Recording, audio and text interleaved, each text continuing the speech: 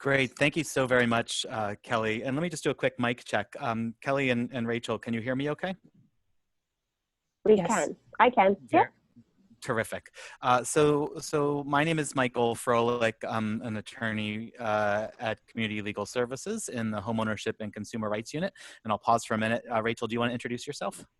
Yes, and I'm Rachel Labush, also an attorney in the Homeownership and Consumer Rights Unit at Community Legal Services. Terrific. And so Rachel and I, as well as I imagine all of you, are currently working remotely from our homes in Philadelphia. Actually, Rachel and I are a bit of neighbors, so we're just 3 blocks away from each other. Doing our best to continue to represent our clients and continue to advocate on behalf of our clients for systemic change, but of course also just trying our best to keep up with the fire hose of information that is coming from the federal, state, and city level dealing with the various homeownership programs. What we would like to do today is talk a little bit about what we know and, of course, by implication, what we don't yet know about various programs that are affecting homeowners in Pennsylvania. We'll start off by talking about where things stand with the Pennsylvania courts. Rachel will then take over and talk about what the Federal CARES Act included for homeowners. The Federal CARES Act, of course, was the Phase 3 stimulus bill, the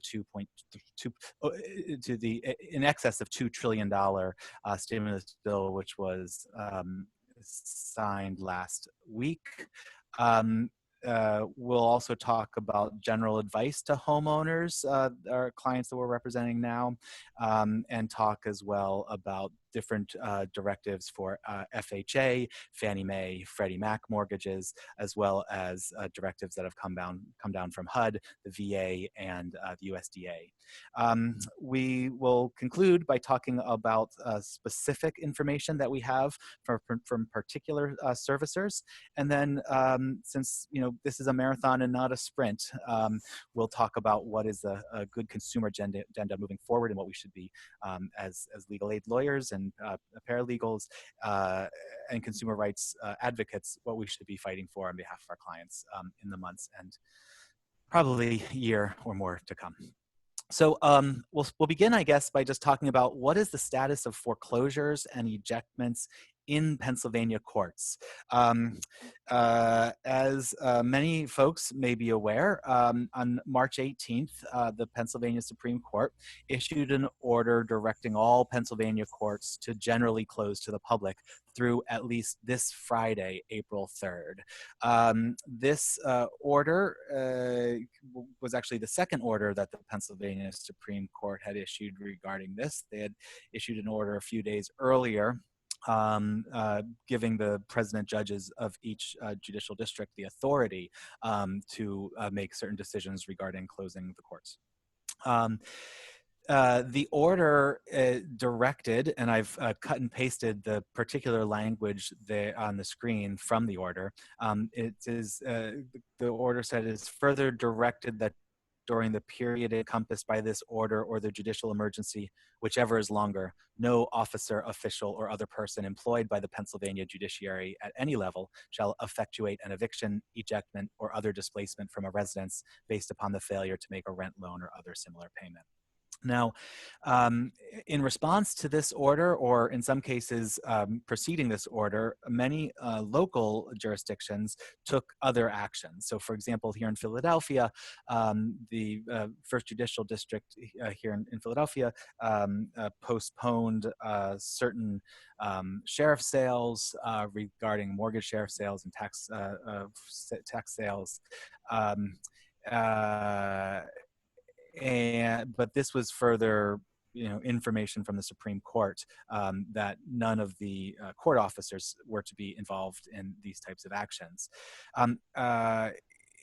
So you might be wondering to yourself, well, Friday, April 3rd is coming up in just a few days. And I think many of us expect that the Pennsylvania Supreme Court will issue an additional order, perhaps as early as today, extending this. But as of this morning, and of course, we're speaking right now on Wednesday, April 1st. There is no official order from the Supreme Court as to what Pennsylvania courts should do beyond this Friday. At the bottom of this page is a link where you can find a copy of this order. Maybe, Rachel, could you post a link to the Google slides in the chat box? Sure. If we're unable to post the link to the slides during the presentation, we'll certainly do it after today. So as I mentioned, some local courts, including here in Philadelphia, have postponed sheriff sales through the end of April. Although, as again, we're speaking here on April 1st, the mortgage sale that is scheduled for May 5th is still scheduled. And we are representing our clients, believing that in fact it will happen, and taking the steps that we need to, because we haven't heard otherwise. However, remember that there's always the option to request that the sale be postponed. So I mentioned that many of us believe that the Pennsylvania Supreme Court will issue an order extending this order. In fact, last Friday, Plan sent a letter to the court requesting that the order be extended and clarification regarding several homeownership and tax-related matters that were in the original order. So that's where we stand right now. When Rachel Labush and I were thinking about offering this webinar with the sponsorship of Plan, we thought, well, we'll schedule it for April 1st, because surely by April 1st we'll have some stability and we'll know where things are, and the information will sort of be more further developed. Of course, a lot is developed, but still there's things that we still don't know, including what's going to happen next week. So what is the general advice to homeowners that we are giving to our clients right now, and we are providing to housing counselors who are assisting homeowners? Currently, we are advising homeowners that if they cannot afford to make their mortgage payments due to a COVID-19 related drop in income, they should contact their mortgage servicer as soon as possible to let them know. And Rachel is going to explain a little bit more about the different programs which are being offered in a moment, but many of the programs don't kick in, and the servicers won't be aware that the homeowners need them unless the homeowner actually affirmatively reaches out and contacts their servicer to let them know. My colleague Michelle Bricks from here at CLS put together a very helpful table of how to reach individual servicers and what we currently know, or what the servicers are currently saying about what their COVID-19 responses are going to be. You can visit that table, or you can view that table by clicking on that first link, bit.ly/COVID-19 servicers. We at Community Legal Services are also very interested in knowing about knowing if you are having difficulty reaching a mortgage servicer, since so much of this depends on homeowners reaching out to their servicer and letting them know that they are experiencing a drop of income and may have difficulty making their mortgage payment. It's important that the servicers actually be reachable. To that end, we have put together a survey that we've been circulating on the listservs to housing counselors and others, asking that if you're having trouble reaching your mortgage servicer, if you've called and the call has been dropped, if you've had to wait, for an unreasonable amount of time, if the person that you speak to doesn't have any idea as to what you're requesting, please take a moment and click on that link and complete the survey. It's a very short, less than 10 questions, shouldn't take you just a few minutes to do. But we hope that if we can gather enough information about the difficulties or just about the experiences that our clients are having reaching their servicer, then we'll be able to use that in other advocacy with the servicers and with the regulators to make sure that homeowners can, in fact, reach out to the people they need to reach out to. This advice is not just for people who were current on their mortgage now but anticipate falling behind in the future, but it's also true for homeowners who are currently in foreclosure as well. Rachel, I'm going to turn it over to you at this point, and I'll advance the slides, so you just tell me when to go on to the next one, okay? Okay, great. Thanks, Mike. Yeah, here's where the slides start to get really dense. So if you do have questions as they go along, put them in the chat box and I'll try to address them like right away. So I wanted to start with a timeline of the response. I know Mike alluded to it, but here we are on April 1st. So 3 weeks ago, we were in our offices trying to wash our hands more carefully than usual. 2 weeks ago, we were sitting at home waiting to see what was going to happen, what the response was going to be from the mortgage industry and from the government. So 2 weeks ago today, the president had a press conference and announced that there was going to be a 60-day moratorium on foreclosures. And that got a lot of press, but we were wondering what's the content of that and what's the authority. And it did turn out to be government insured mortgages, that the moratorium that he announced. So that same day, 2 weeks ago on March 18th, HUD announced a 60-day foreclosure moratorium. And I have links in here. Everything you see in green is a link to the document that you can follow. The VA encouraged servicers to observe a 60-day foreclosure moratorium, and FHFA directed Fannie and Freddie to do the same, and they did both issue guidance telling their servicers to have a moratorium on foreclosures for 60 days. Then a couple days later, or maybe a week later, I guess, Fannie and Freddie also announced that they were going to have some kind of payment deferral program. And then 5 days ago, 5 days ago now, the Federal CARES Act was passed and signed into law. I see we have a question from Eileen. Does the federal moratorium only apply to borrowers who were current but defaulted only due to the crisis? The answer to that is no. It applies. The federal moratorium, which I'm going to get into more detail about, does apply to all foreclosures, regardless of all residential foreclosures, regardless of why the person was in foreclosure, if it's covered by the federal moratorium, which I'll get into details in a second. So Mike, can you move to the next slide? All right.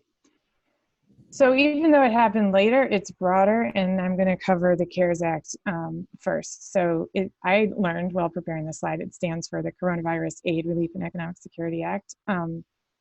This is the big stimulus bill from last week. And there is a section of it, Section 4022, that's linked here. The links to the individual sections of the CARES Act that I have in here go to NCLC's webpage, where they've posted those sections separately, which is a little bit easier than scrolling through the 800+ page document. But I also have linked to that whole document later on. Anyway, so the section for the foreclosure moratorium and consumer right to request forbearance specifies that it applies to all federally backed mortgage loans for 1 to 4 unit properties. So those are all loans that are owned or insured by FHA, VA, USDA, which is the Rural Housing Service, Fannie Mae, or Freddie Mac. I couldn't find a great citation for this, but NCLC on its webpage was saying that altogether, those cover about 2/3 of the residential mortgages in the country, but 1/3 are private, not federally backed, and are not covered by the CARES Act moratorium. But for those loans that are covered, it's a pretty broad moratorium. The servicer can't file a foreclosure, can't move for a foreclosure judgment. So I'm taking this to mean they can't file a motion for summary judgment. They can't take a default judgment while the moratorium's in effect. They're not supposed to be allowed to order a sheriff's sale. So in Pennsylvania, I think that would be getting a writ of execution and scheduling a sheriff's sale. They're certainly not supposed to conduct a sheriff's sale, and they're also not supposed to execute on a foreclosure-related eviction for 60 days. So if you're contacted by, or if you have a client in a situation where their property was already foreclosed, but they're still living there, then they shouldn't be kicked out of the house while this moratorium is in effect. It's only 60 days, unless it gets extended or renewed. For now, it just lasts through May 17th. And then the forbearance provision of the CARES Act, sorry, some popped up over right on top. It basically says for all these federally backed mortgage loans, and Eileen just asked, what was the effective date? March 18th. Yes, because all of those government entities announced the 60-day moratorium on March 18th, the CARES Act kind of enshrined it in there from March 18th to May 17th. The forbearance provision says that homeowners who have these federally backed mortgage loans who are affected by the coronavirus crisis, COVID-19, may request and should receive a 180-day payment forbearance. And then it's written into the law that 180-day forbearance can be renewed for another 180 days if the crisis is continuing and the hardship is continuing. This particular provision, it does say affected by COVID-19. So the forbearances are supposed to be available to people who can say that they are suffering, a loss of income or other hardship that is somehow related to this crisis. And as part of the forbearances, as part of this law, no fees, penalties, or additional interest other than what would already have been normally charged can be charged to the homeowner. Okay, next slide. All right, there's a couple other provisions of the CARES Act that are useful to homeowners with mortgages. One of them is Section 4021. This is the credit protection section. This is in some ways broader because it applies to all creditors, not just servicers of federally backed mortgages. So it should apply to all mortgage servicers. This is through the Fair Credit Reporting Act. So basically any servicer who reports credit to any of the furnishers on a regular basis, if that servicer offers somebody a forbearance or other suspension or grace period of payments from the end of January until 120 days after whenever this national state of emergency is declared over, the servicer is not supposed to put any kind of negative credit reporting on that consumer's file. But it really only helps people who were current before they got assistance for some kind of coronavirus related assistance, forbearance, in other words. So if we had clients who were behind going into this crisis, the lender can still put negative credit reporting on their account unless they bring it current. Then I just wanted to mention in the section dealing with bankruptcy, section 1113, if you have a client or are contacted by somebody who is in a chapter 13 that was confirmed before the CARES Act was passed on March 27th, and they are suffering a hardship related to COVID-19, so that they're not going to be able to make their plan payments, or at least not at the rate that they were before, they can extend their plan for up to 7 years from the confirmation date. So for some people, that's going to allow them to pay off their Chapter 13 bankruptcy over a longer period of time, which could be useful. And then I just wanted to mention, because you may get questions about this from colleagues or clients or other people, there is a pretty broad provision in the CARES Act for eviction filings. This is renters.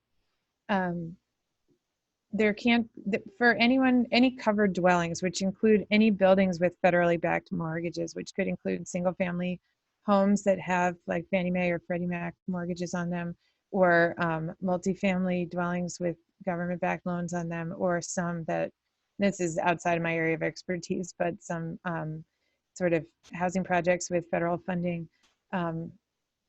There's a moratorium on evictions for 120 days. No evictions can be filed for 4 months, essentially from March 27th. And then when that 120 days is over, they're going to get some extra notice protections. But if you can look at that section, if that's if that comes up for you. And then I have a link at the bottom here to the full CARES Act, which I have not read, but you can see it, and that's from the federal government. So next slide.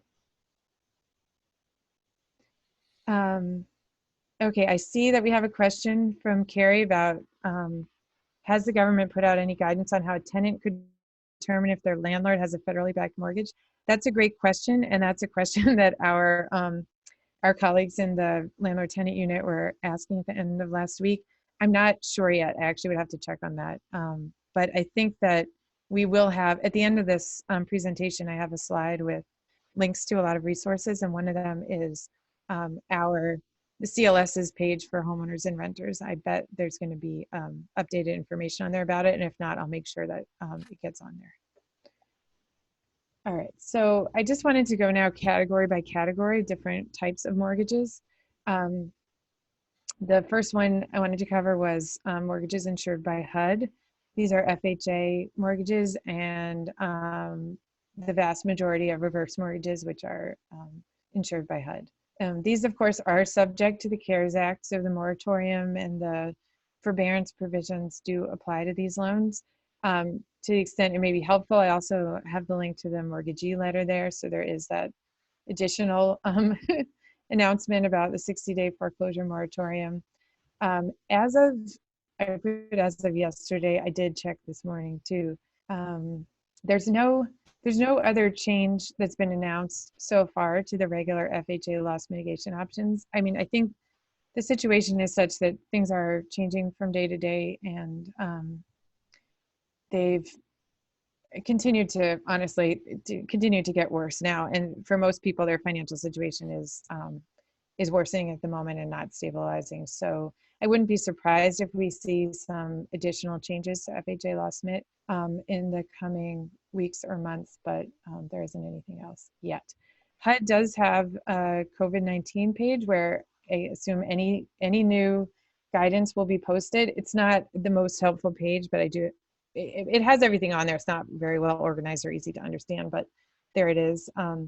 And then just at the bottom, for those of you who haven't already done this, you can check to see if a loan is FHA insured by looking for the FHA case number on it.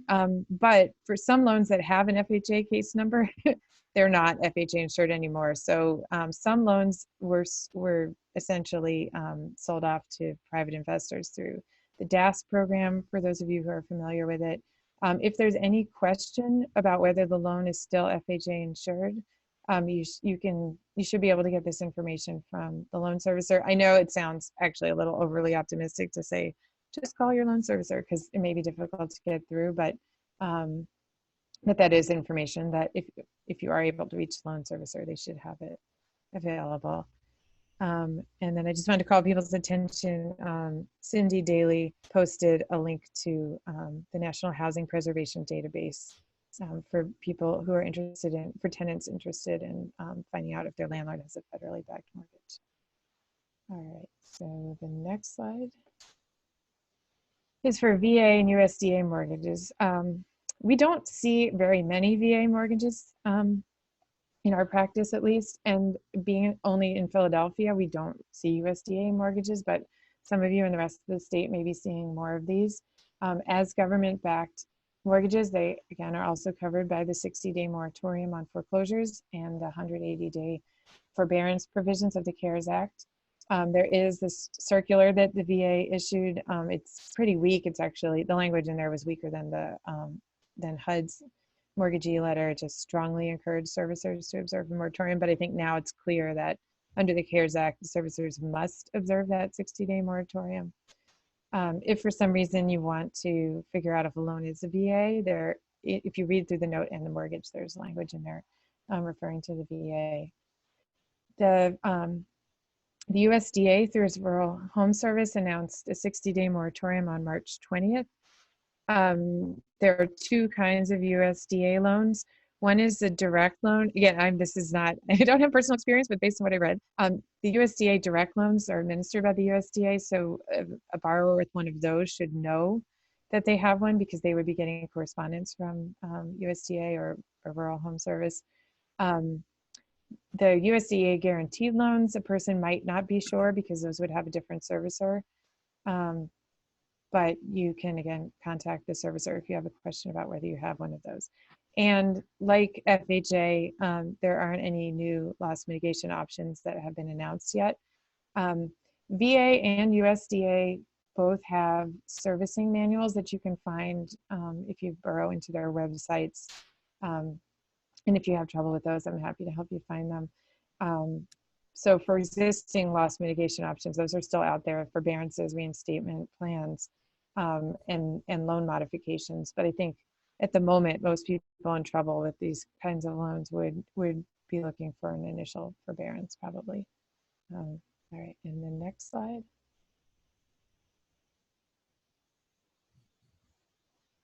Okay, Fannie Mae and Freddie Mac, out of all of the types of government-backed loans, have issued more detail about what they're doing in the crisis than was in the CARES Act.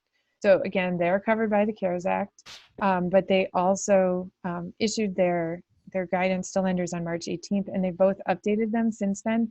If you click on the links to those the lender letter from Fannie Mae or the bulletin from Freddie Mac, the version you get is updated. So and it'll say that on the top.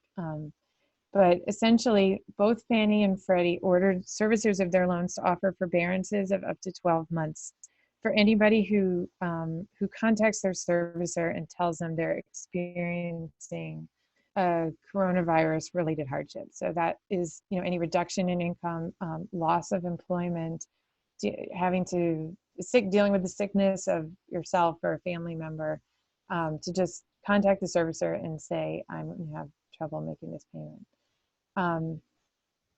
And then at the end of the forbearance, the servicer is supposed to review the homeowner for a loan modification option that either lowers their mortgage payment or keeps it the same.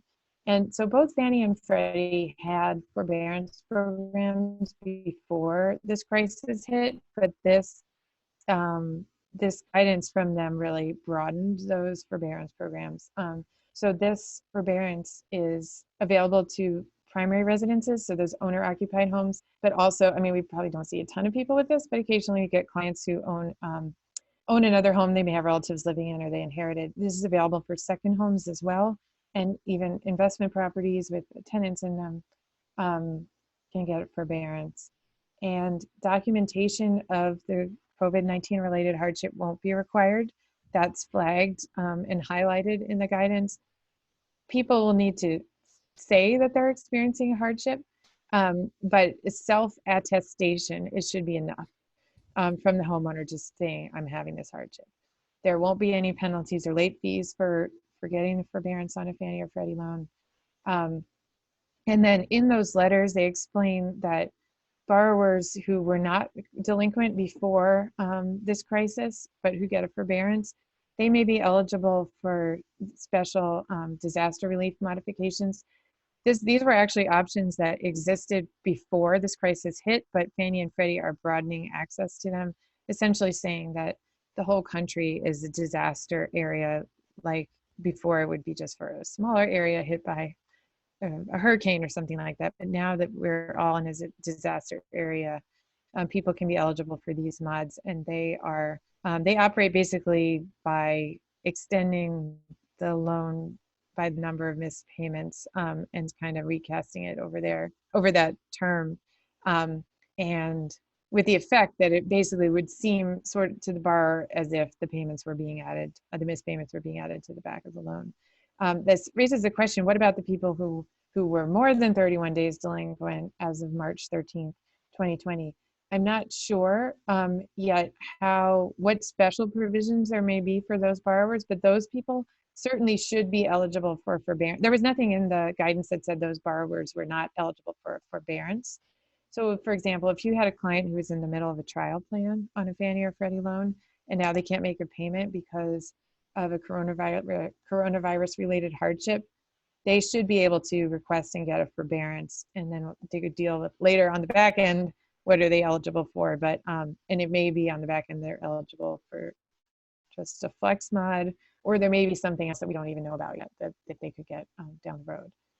And then I just wanted to mention, so last week when Fannie and Freddie issued another update saying that they were going to allow borrowers to defer missed payments to the back of the loan, that also got a bunch of press, and I think the press was a little broader than it should have been.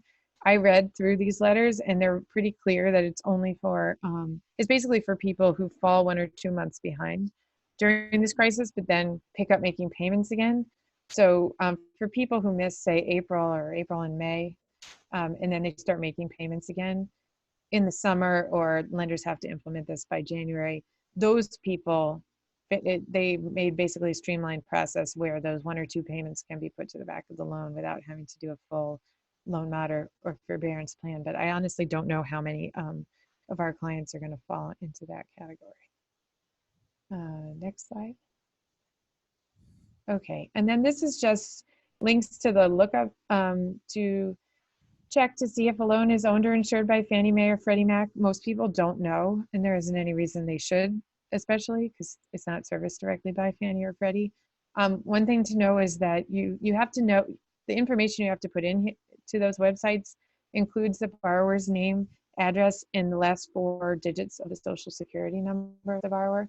So if your client is the borrower, that should be information you have at hand. If your client is not the borrower, was not the original borrower anyway, and hasn't officially assumed the loan, you're going to have that information about the borrower in order to access the information on those websites.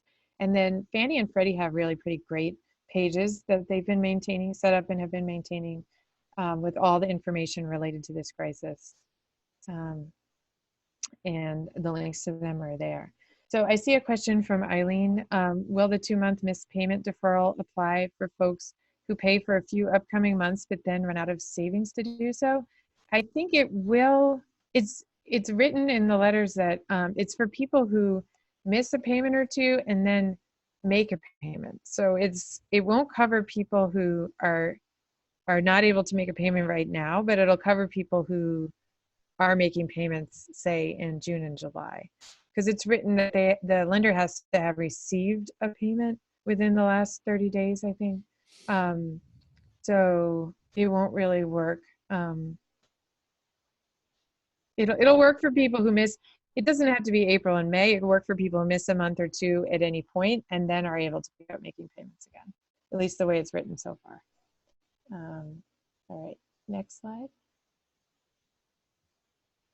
Okay, so I was hoping when we scheduled this webinar, I was hoping that some of the lenders would come out with these awesome detailed sort of in-house options that we could give you information about, but I think it really is too soon to expect to have that. So the most concrete information that I can share about a specific servicer now is FHFA. We in Philadelphia have tons of people who are in our client base who have FHFA mortgages, and they do service 60,000 loans across the state. Most of those loans are, but not all of them are FHA insured.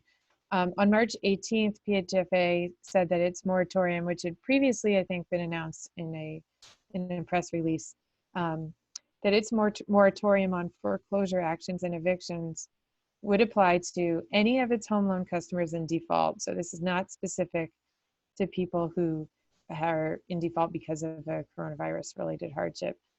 This moratorium will remain in effect until impacts from the virus subside. It didn't define that time period, but that to me sounds a lot better than 60 days because I don't think impacts from the virus are going to subside by May 17th, unfortunately.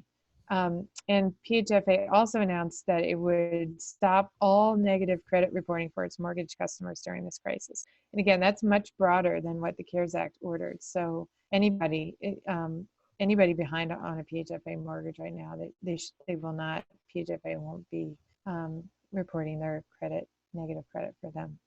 And then I checked their website. I don't know how earth-shattering it is, but the latest press release from them about homeowners relief for homeowners was March 30th, and they posted an update saying they were offering forbearance plans as the fastest relief option, which makes sense at this time.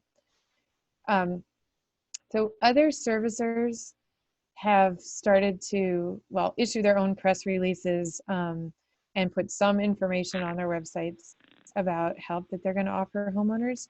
A lot of that help seems to be like forbearance plans, as some of them characterize it as grace periods. It's really kind of a suspension of the deadline to make payments, as far as I can tell, for most of what they're offering for 3 months or maybe a little more. But what does seem to be clear across the board is that people are going to have to ask for help. I haven't seen any of the major servicers yet announce that they're going to automatically offer help to people across the board that people are going to have to ask for it. We have a spreadsheet, like Mike mentioned. We're going to try to update it with contact information and whatever information that we can gather about how to get relief from specific mortgage servicers who operate here in Pennsylvania. Next. Rachel, if I can just interrupt here. This is Kelly. If you are an attorney, participated in the webinar, and would like to request CLE credit for your participation, there should be a poll box on your screen now. If you could please respond to that. It will be left up for 2 minutes. It should disappear from your screen as soon as you respond, and we will use that to count towards your CLE credit. Thanks. Rachel, you could go ahead. Sorry to interrupt. No problem. Kelly. Oh, I should say I'm participating too. Okay. Yeah. Oh, Mike has to do that. Yeah. There. Sorry. Yeah. That's okay. I just completed. I'll count you both anyway. I got Okay, you. thanks, Kelly, because I don't know how to get mine. Sure. Okay. Yep, no problem. All right. Wait a second. I can't even tell if this is on my screen or Mike's. Okay. I'm gonna just X out of it. Okay. And so I just want to mention two other possibilities for people experiencing hardships, right? Mortgage-related hardships right now. HEMAP is operational. PHFA, like the rest of us, they are working from home, but they've assured us that they are working and processing, doing the normal things that they do, just it's slowed down by having to work from home. So any eligible homeowner, and that would be, somebody who's behind in their mortgage and has received an Act 91 notice and doesn't have an FHA loan, because FHA loans are not eligible for HEMAP. But if somebody did receive an Act 91 notice, they can apply for HEMAP. And it seems to me that a lot of people are going to be falling behind in their mortgage through no fault of their own right now, and that they are going to be likely to be able to resume monthly mortgage payments once the economy stabilizes. So it's something to consider, HEMAP applications. I don't know if mortgage companies are going to be sending out new Act 91s right now. I haven't seen them, but if anybody has, I'd actually be curious about that. If you can put it in the chat box, if you've had a client who's received a new Act 91 since March 18th, I'd be very interested to hear. But another thing to keep in mind about HEMAP is that it does have ordinarily. Well, one thing is that continuing HEMAP is available. We don't tend to see it very often, but I think in this crisis, continuing HEMAP might be appropriate, where you get assist. PHFA pays the mortgage moving forward from the HEMAP closing and adds it to the tab. And then the other thing is that the 24-month maximum coverage of HEMAP will likely be extended to 36 months soon, because that is triggered by rising unemployment, and so that's unfortunately unemployment is way up, and I think that's going to be triggered soon. We got a question about the face-to-face meeting required for Act 91. That is a great question. I don't know, Mike, have you heard anything about that? I mean, assuming they're not requiring it right now, but have you heard anything official about that? I have not. Okay, well, that's something that I'll figure that out, and I'm happy to send that information out to the to the housing list, plan list, whatever I find out about that. We have heard, and I don't know whether there are any housing counselors who are on participating today, but have heard that housing counselors are able to see homeowners remotely and build those remote interviews or meetings as units of service, where previously they were required to meet in person. Okay. All right. So Peter, if you see it, if you find it while we're on the call, put it in the box. Thanks. And then I just wanted to mention with Chapter 13, of course, it right now, well, people are in free fall. It's probably, and the courts are dealing with like social distancing and closures. It's not a great time to file a new bankruptcy, but just to keep it in mind, this could end up being a possibility that helps people once they do have income back again, or coming out of a forbearance where they might not have another great option to get back on track with the mortgage. But I also think, you know, keeping it in the back of your mind, or sort of as an option B or C, is probably where it should be, because there may be some other kind of assistance available. Like I have been wondering, are we going to get something like ELP again that we had in around 2011, or some other kind of program that we can't even envision right now that could end up being a better option for people. But Chapter 13 may be something that a lot of people need to take advantage of later to keep their homes. I think so. Mike, is it back to you now? Yes. Okay. So thank you so much, Rachel.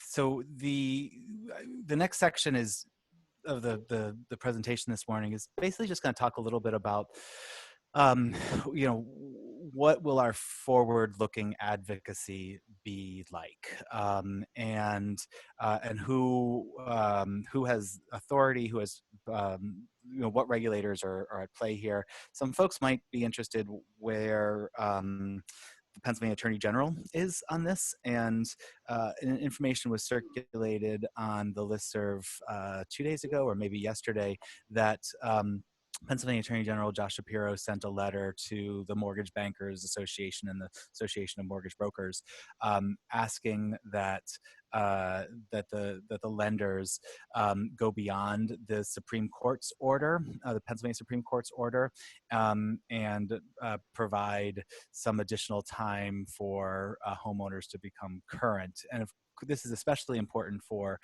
mortgages that are not FHA insured, or Fannie and Freddie, or USDA or VA mortgages.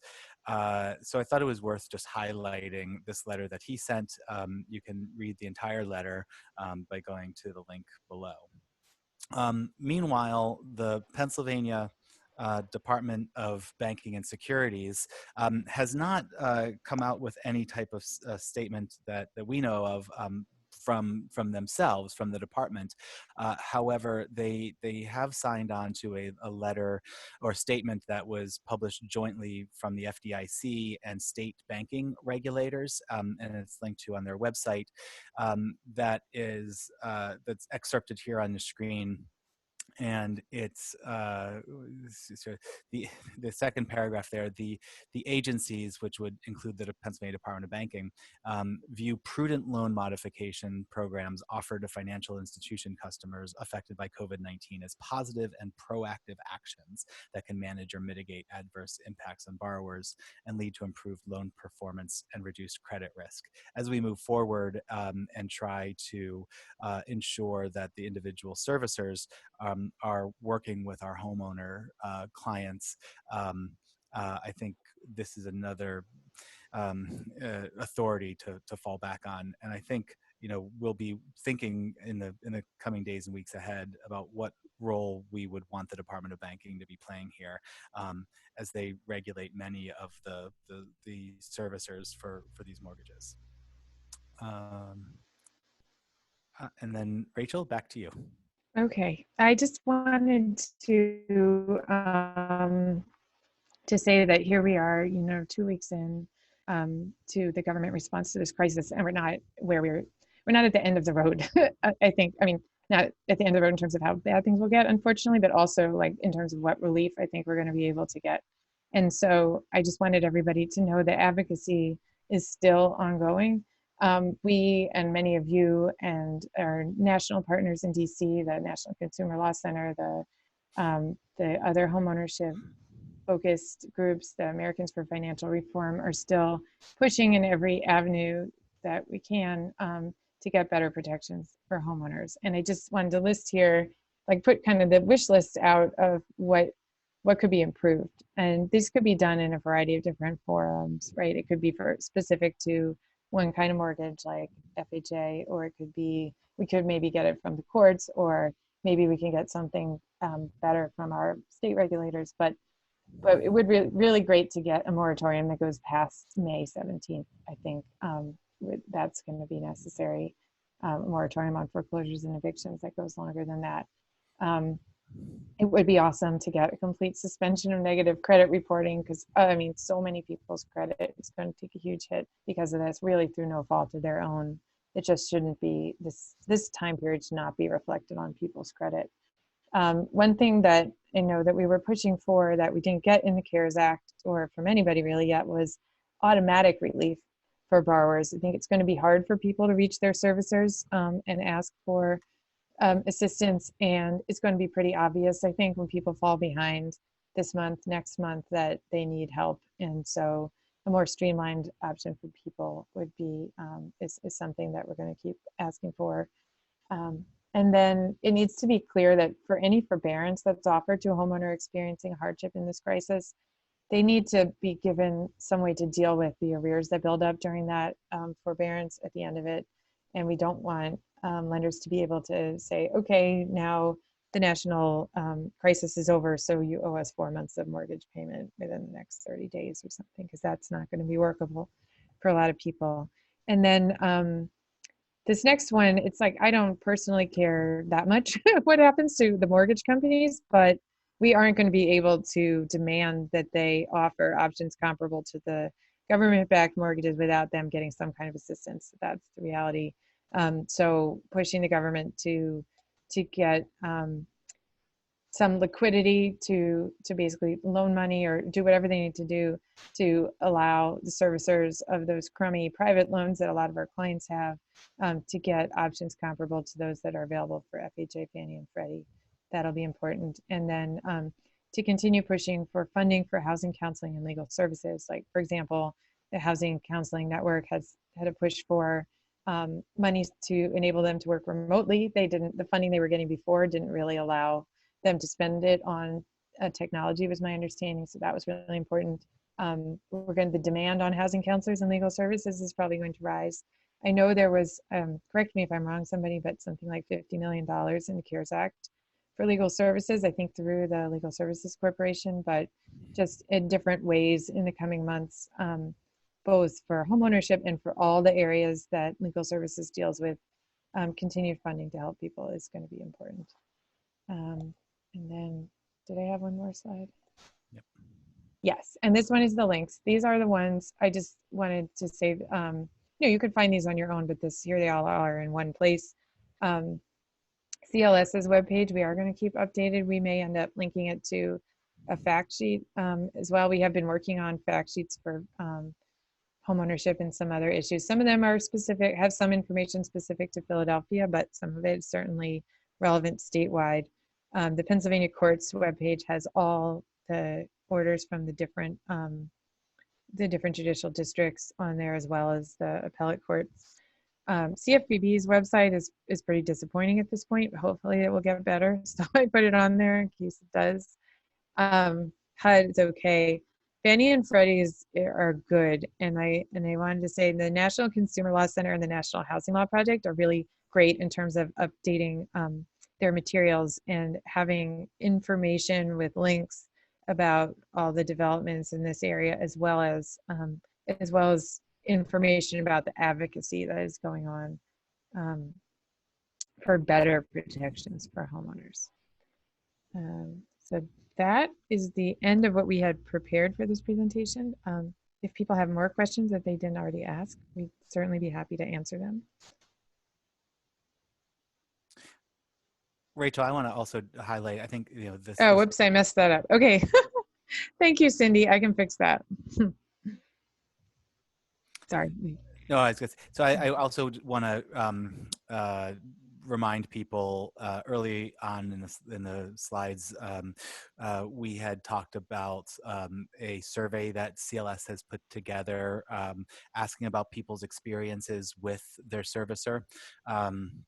it, I know we all have got a lot going on here and are getting a lot of requests from a variety of different places, but it would be really, really helpful to hear what people are experiencing when their homeownership clients or the housing counselors that they're working with or themselves are reaching out to servicers. Uh, because if we can determine that the servicers are not accessible, then perhaps we can advocate with either the servicer or with some of the regulators to take steps to make them more accessible.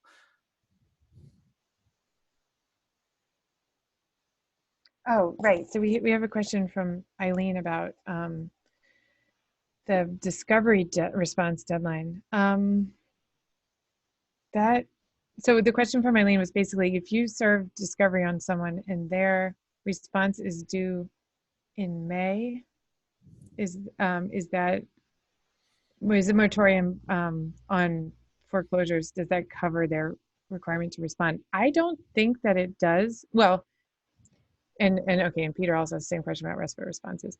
I think the foreclosure moratorium, if you read the section of the CARES Act and you read the guidance from the individual agencies, it specifically says it's really a moratorium on them pursuing a foreclosure, like taking steps to move a foreclosure forward, such as initiating, trying to get a judgment or executing on a sale. It doesn't say that nothing shall be, filed or sent.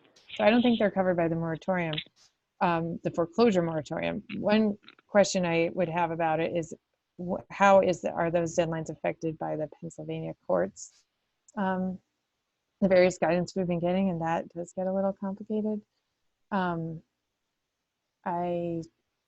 think at least in Philadelphia and this may be, I think, coming from the state, and Mike, correct me if I'm wrong, but so if somebody had a discovery response deadline that fell in the time period like right now, I think you'd get a bit of a grace period. Or is that only for things that had to be filed in court? Actually, not sure. I'd have to go back and read the order with this question in mind. But I don't think, if your opponent says, oh, I can't respond to discovery because there's a moratorium on foreclosures, I think it might make sense to say, all right, we'll give an extension. Oh my goodness. Yeah, I think the answer to this is, in fact, in the Supreme Court's order of March 18th, because I recall that they address it, but I don't remember the answer. But Rachel, I think I would agree with you. If you serve discovery on the lender and the lender comes back and says, request an extension, I personally, I think it would be kind to offer at least the first extension to the lender, given everything that we're going through, and I would expect them to. Oh yeah. Do for us. I would definitely expect them to, and I don't even know how. I don't think discovery motion, like a motion to compel, right now would be looked on very kindly in Philadelphia court. Maybe not in any of them. Right. That what Eileen mentioned in the chat box about default judgments being entered automatically on Precipe, that sounds terrible to me. If this is in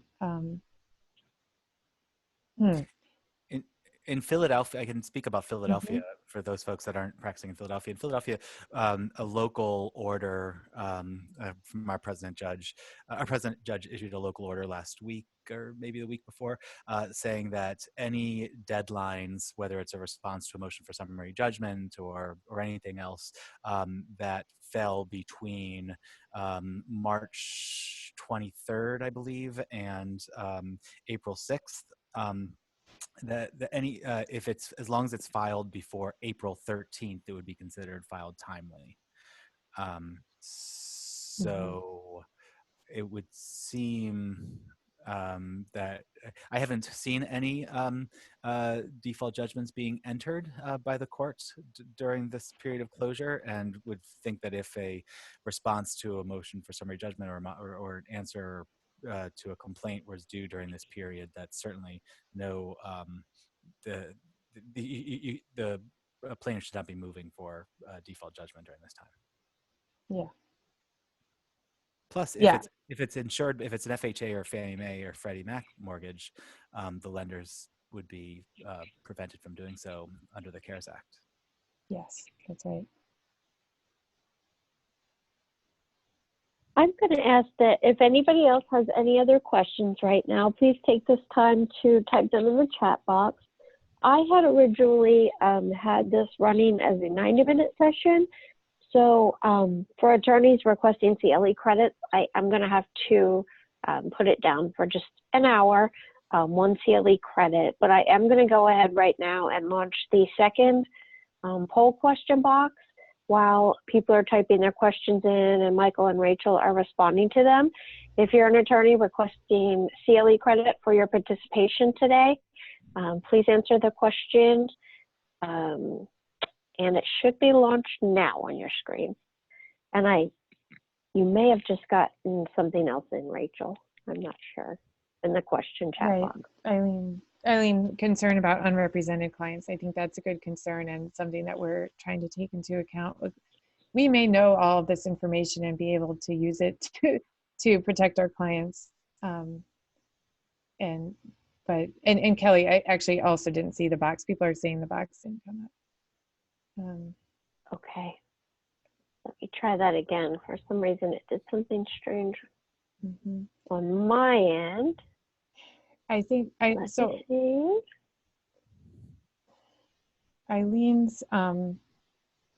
we go. Question about what about unrepresented clients is really important, because I think what needs to happen right now for people in every area that they're experiencing hardship, but including homeownership and renters, like anything affecting people's homes, is that they have to be protected automatically. We can't have a system that's relying on people knowing their rights and enforcing them right now. So, that's, Eileen, I'll follow up with you afterwards about what's going on in Pittsburgh. And I know that there is a working group with Plan that's dealing with court issues. I think it's a great idea to look out for the concern, the needs of people who aren't even contacting us, but should be protected.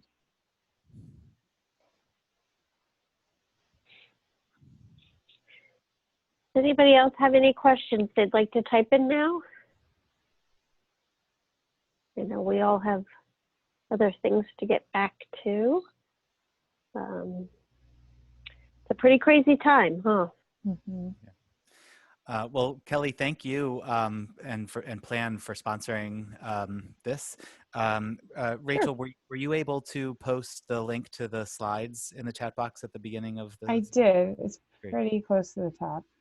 It's a long link that starts docs.google.com. So if folks want to have that, you can click on that with all the links. And I think with that, I think we're done. Thanks so much for everybody for participating. And any further questions, please feel to post them on the listserv. And together we can all help each other in these very extraordinary times. I think that's about all I got to say on that. Thank you both very much. Thank you for joining us. Everyone stay safe and be well. Great. Take care. Thanks, Kelly.